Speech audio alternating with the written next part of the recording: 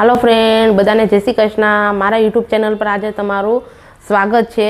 आज आपणे मसालेदार ब्रेड पकोड़ा बनावीए, तो चलो आपणे एनी रेसिपी जोईए। चलो ब्रेड पकोड़ा बनावा माटे आपणे मसालो तैयार करीए। प्रथम पहेला तेल नाखशुं।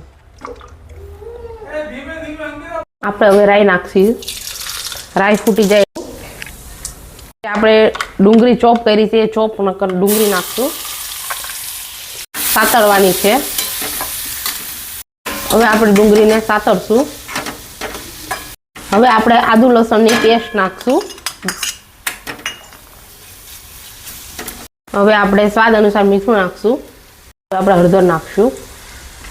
પછી આપણે ધાણા જીરું નાખશું।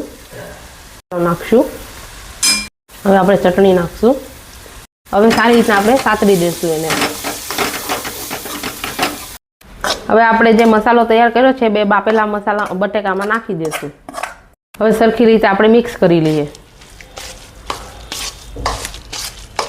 હવે આપણો મસાલો મિક્સ થઈ ગયો છે। ઉપરથી આપણે ધાણા નાખશું।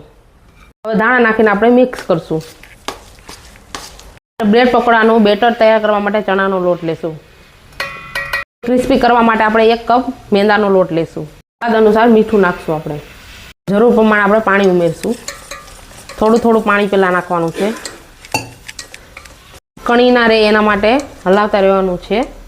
આપણે હવે કોરવાળી બ્રેડ લેશું। આપણે એના ઉપર મસાલો લગાવી દઈશું